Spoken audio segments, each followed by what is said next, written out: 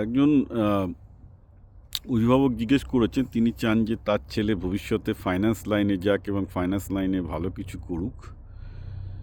তো উনি তার জন্য বলছেন, তার জন্য ছেলেকে কি ম্যাথ অলিম্পিয়াডে দেওয়া ঠিক হবে কি না? ডেফিনিটলি ফাইন্যান্সের বেসিক থিংই তো ম্যাথামেটিক্স। ফাইন্যান্স পুরোটাই ম্যাথামেটিক্সেরই একটা অ্যাপ্লাইড ম্যাথ বলা যেতে পারে, এবং এটাকে ফাইন্যান্সিয়াল ইঞ্জিনিয়ারিং বলি আমরা আজকাল। অধিকাংশ লোকজন ফিজিক্স থেকে যায়, যার জন্য যারা আরও বেশি ভালো অ্যাপ্লাইড ম্যাথ জানে, ইকোনমিক্স থেকেও যায়। তো হ্যাঁ, মানে যত বেশি ভালো ম্যাথামেটিক্স আপনি ছেলেকে ছোটোবেলা থেকে ইন্টারেস্ট জোগাতে পারবেন, শিখবে, সে ডেফিনিটলি ভবিষ্যতে ফাইন্যান্সে ভালো করবে। কিন্তু শুধু ম্যাথামেটিক্স দিয়ে যে ফাইন্যান্স হয় তাও নয়। বেসিক ইনটিউশন লাগে, বুদ্ধি লাগে, পলিটিক্স বোঝার ক্ষমতা থাকা চাই, ফিলোসফি বোঝার ক্ষমতা থাকা চাই, মানুষের মনস্তত্ত্ব বোঝার ক্ষমতা থাকা চাই, অর্থনীতি বোঝার ক্ষমতা থাকা চাই।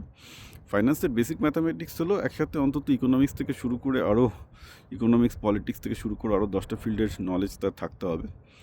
সবগুলোতেই আপনি আশা করব যে আপনার ছেলেকে তৈরি করবেন ভবিষ্যতে।